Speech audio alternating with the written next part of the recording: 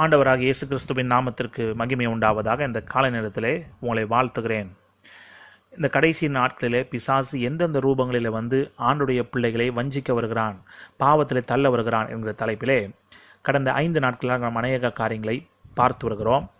இதுவரைக்கும் நாம் 2 காரியங்களை பார்த்திருக்கிறோம். அதாவது பிசாசு எந்தெந்த ரூபங்களில் வருகிறான். முதலாவதாக comes as a devouring lion, விழுங்குகிற சிங்கம் போல, கெர்ச்சிக்கிற சிங்கம் போல, ரோரிங் லயன், அந்த ரூபத்திலே ஆணுடைய பிள்ளைகளை வஞ்சிக்க வருகிறான் என்று நாம் முதலாவதாக பார்த்தோம். ரெண்டாவதாக he comes as a deceiving wolf, வஞ்சிக்கிற ஓனாயின் ரூபத்திலே, இல்லாவிட்டால் பட்சிக்கிற ஓனாய், ravenous wolf, அந்த ரூபத்திலே கள்ளத்திற்கரசியின் ரூபத்திலே பிசாசு வருகிறான் என்று பார்த்தோம்.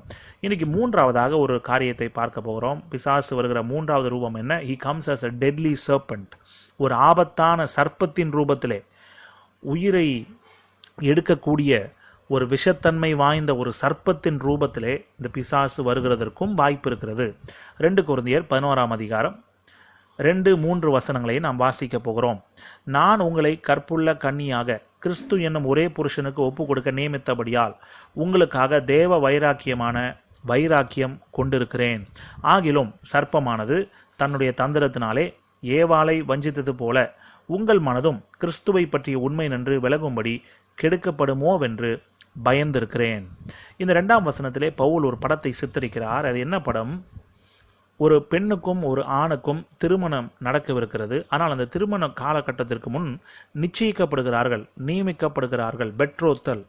அந்த நிச்சயம் முடிந்த பிறகு அந்த திருமண காலகட்டத்திற்கு கொஞ்சம் இடைப்பட்ட நாட்கள், அந்த நாட்களிலே இந்த பெண்ணும் சரி அந்த ஆணும் சரி இருவருக்கும் உண்மையாயிருக்க வேண்டும். ஒருவருக்கொருவர் உண்மையாயிருந்து தங்கள் கற்பை பாதுகாத்து கொண்டு பரிசுத்தமாயிருந்து துரோகம் செய்யாமல் அப்படியாக திருமண பந்தத்திற்குள்ளாக அவர்கள் பிரவேசிக்க வேண்டும். ஆக அந்த படத்தை தான் இந்த இடத்துல, இந்த வசனத்தில் 2ஆம் வசனத்திலே பவுல் எழுதியிருக்கிறார். நான் உங்களை கற்புள்ள கன்னியாக கிறிஸ்து எனும் ஒரே புருஷனுக்கு ஒப்பு கொடுக்க நியமித்தபடியால் உங்களுக்காக தேவ வைராக்கியம் கொண்டிருக்கிறேன். வைராக்கிய வாஞ்சையுள்ள வார்த்தைகளை இந்த இடத்துல பவுல் பயன்படுத்துகிறதை நம்மால் பார்க்க முடிகிறது. 3ஆம் வசனத்திலே பவுல் சொல்கிறார், ஆனாலும் சர்ப்பமானது தன்னுடைய தந்திரத்தினாலே ஏவாளை வஞ்சித்தது போல. 1 தீமோத்தேயு 2ஆம் அதிகாரத்தை நீங்கள் வாசித்து பாருங்கள். அதில் ஒரு வசனத்திலே இப்படியே நம்ம வாசிக்கிறோம், ஆதாம் வஞ்சிக்கப்படவில்லை, ஏவாளே வஞ்சிக்கப்பட்டாள், ஏவாள் தான் சர்ப்பத்தினால் வஞ்சிக்கப்பட்டாள் என்று நாம் வாசிக்கிறோம்.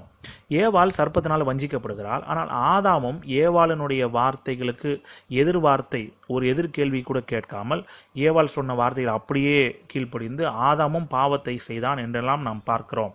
அப்போ நம்முடைய ஆதி பெற்றோராகிய ஆதாமும் ஏவாளும் இருவருமே பாவத்திலே விழுந்தார்கள். ஆனால் சர்ப்பமானது ஏவாளை வஞ்சித்தது என்று நாம் பார்க்கிறோம். அப்போ பவுல் இந்த இடத்துல சொல்கிறார், உங்கள் மனதும் கிறிஸ்துவை பற்றிய உண்மை நின்று விலகும்படி கெடுக்கப்படுமோவென்று பயந்திருக்கிறேன். But I fear lest somehow as a serpent deceived Eve by his craftiness, so your minds may be corrupted from the simplicity that is in Christ. கிறிஸ்துவை பற்றிய உண்மை நின்று விலகும்படி கெடுக்கப்படுமோவென்று பயந்திருக்கிறேன். நம்ம எல்லாருடைய ஃபோக்கஸ், நோக்கம் எல்லாம் ஒரே ஒரு ஃபோக்கஸ் தான் இருக்கணும், ஒரே ஒரு நோக்கம்தான், அவர் ஆண்டவராகிய இயேசு கிறிஸ்து. அந்த இயேசு கிறிஸ்துவை விட்டு நம்முடைய கண்கள் வேறே பக்கமாக போகிறது என்று சொன்னால் ஏதோ ஒரு கோளாறு இருக்கிறது என்ற அர்த்தம். அதுதான் கள்ள உபதேசத்தினுடைய அடையாளம். ஆக இந்த இடத்துல சர்ப்பம் எப்படி ஏவாளை வஞ்சித்தது என்று நாம் சுருக்கமாக இந்த இடத்தை தியானிக்க போகிறோம். இந்த வசனத்தின் அடிப்படையிலே ஆதியிலே நடந்த காரியத்தை அது என்ன நடந்தது என்று சொல்லி நாம் பார்க்க வேண்டும் என்று சொன்னால் ஆதியாகமம் 3ஆம் அதிகாரத்திற்கு நாம் போக வேண்டும். அதிலே ஸ்திரீ சர்ப்பத்தை பார்த்து சில வார்த்தைகளை அந்த ஏவாள் சொல்லுகிறாள். ஆனால் சர்ப்பமானது முதலாவதாக ஸ்திரீயை பார்த்து என்ன சொல்லுகிறது? நீங்கள் தோட்டத்தில் உள்ள சகல விருட்சங்களின் கனியையும் புசிக்க வேண்டாம் என்று தேவன் சொன்னது உண்டோ? ஆண்டவர் தான் சொன்னார். ஆண்டவர் சொன்ன வார்த்தைக்கு ஒரு கேள்விக்குறி போடுகிறது சர்ப்பம். அப்போ அந்த கேள்விக்குறியை கூட நிதானிக்காமல், அந்த கேள்வியை கூட என்னன்னு யோசிக்காமல் இந்த ஏவாள் ஸ்திரீ வஞ்சிக்கப்படுகிறாள். அப்போ ஸ்திரீ சர்ப்பத்தை பார்த்து, நாங்கள் தோட்டத்தில் உள்ள சகல விருட்சங்களின் கனிகளையும் புசிக்கலாம், ஆனாலும் தோட்டத்தின் நடுவில் இருக்கிற விருட்சத்தின் கனியை குறித்து தேவன் நீங்கள் சாகாதபடிக்கு அதை புசிக்கவும் அதை தொடவும் வேண்டாம் என்று சொன்னார் என்றாள். இப்போ ஆண்டவர் சொன்ன வார்த்தைகளை நாம் பார்க்க போனால், நீங்கள் சாகாதபடிக்கு அதை புசிக்கக்கூடாது என்று தான் ஆண்டவர் சொல்லியிருக்கிறார். ஆனால் ஏவாள் இந்த இடத்துல மிகைப்படுத்தி ஒரு வார்த்தையை சொல்கிறார். அதை தொடவும் வேண்டாம் என்று ஆண்டவர் சொன்னதாக சர்ப்பத்தினிடத்திலே ஏவாள் சொல்கிறார். அப்பொழுது சர்ப்பம் ஸ்திரீயை நோக்கி, நீங்கள் சாகவே சாவதில்லை என்று சொல்லுகிறது. ஆனால் ஆண்டவர் சொன்ன வார்த்தை என்ன? அதை புசிக்கும் நாளிலே நீங்கள் சாகவே சாவீர்கள். அந்த ஆண்டவருடைய கட்டளை, அந்த ஜஸ்டிஸ் என்று நாம் சொல்கிறோமே, நியாய தீர்ப்பு, அதற்கு நேர் எதிராக சர்ப்பம் பிசாசு இந்த இடத்துல ஒரு வார்த்தையை சொல்லுகிறான். என்ன வார்த்தையை சொல்லுகிறான்? நீங்கள் சாகவே சாவதில்லை. இதை தான் இன்றைக்கும் பிசாசு வெற்றிகரமாக செய்து வருகிறான். பாவத்திற்கு தண்டனை உண்டு, பாவத்திற்கு ஒரு விளைவு இருக்கிறது. ஆனால் பிசாசு பாவம் செய்ய தூண்டும் பொழுது அவன் இந்த சத்தியத்தை மறைத்து விடுகிறான். இந்த வார்த்தையை மறைத்து விட்டு, தண்டனையை மறைத்து விட்டு, அந்த பாவத்தை கவர்ச்சிக்கக்கூடிய விதத்திலே ஜனங்களிடத்திலே அவன் காட்டுகிறான். அதுதான் வஞ்சனை.